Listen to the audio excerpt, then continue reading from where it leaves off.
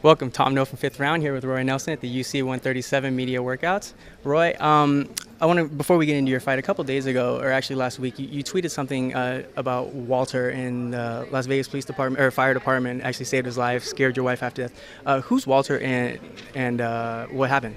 Walter's, one of my good friends. I've known him for 20 plus years. He just had a quick scare. He had a seizure, and it was one of those and freaked my wife out. And then it was because he has diabetes, so he had a low blood sugar, and it was just one of those freaky times. And called the Las Vegas Fire Department, came out, they did their thing, and then he's all better now. So it was just one of those freaky bad times, especially with all the stress that we already have from fight week and stuff. Yeah, that's what I was wondering, because it was a vague tweet, so I was wanting to make sure that everything was okay. You didn't really follow up too much on it, so I wanted to make sure everything's all right. It kind of helps put fighting into perspective with something like that, right? Yeah, I mean, especially with that, and then the week before we were at the IndyCar races, and it's one of those things that, definitely perspective on, fighting is just fighting, and there's a lot more to life than just fighting.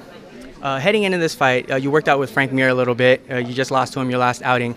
How did that relationship come about? I know you guys have known each other in the past, but as far as preparing for this fight here, and how did that work out? It was just one of those fits.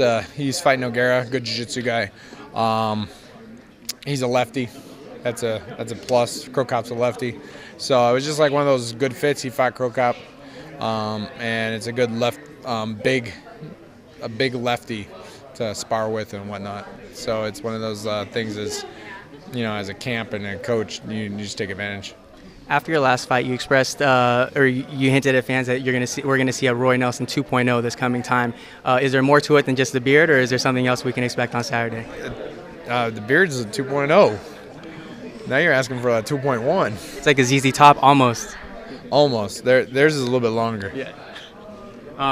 Did you refine your game at all? Because Dana was a bit critical of what happened last time.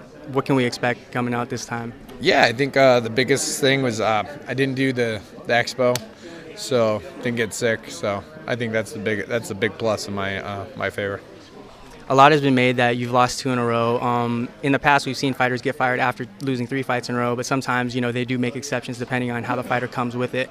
Does that give you comfort, knowing that as long as I put on a good show, that my job will still be secure? The thing is you can get fired just for looking funny. I've seen so my biggest thing is, as long as fans love me and as long as I go out there and put on a show, as long as fans keep on buying tickets, I'm always gonna have a job. It seems that when you win, Dana doesn't really say much, but when you lose, he always immediately brings it to the weight issue. Last UFC 130, I believe you weighed in at 260. What do you intend to weigh in on Friday here? You know what? Hopefully under 266, because that's what I have to. If 260, it's one of those things. 260, 255, 258. It all depends if I eat breakfast that morning.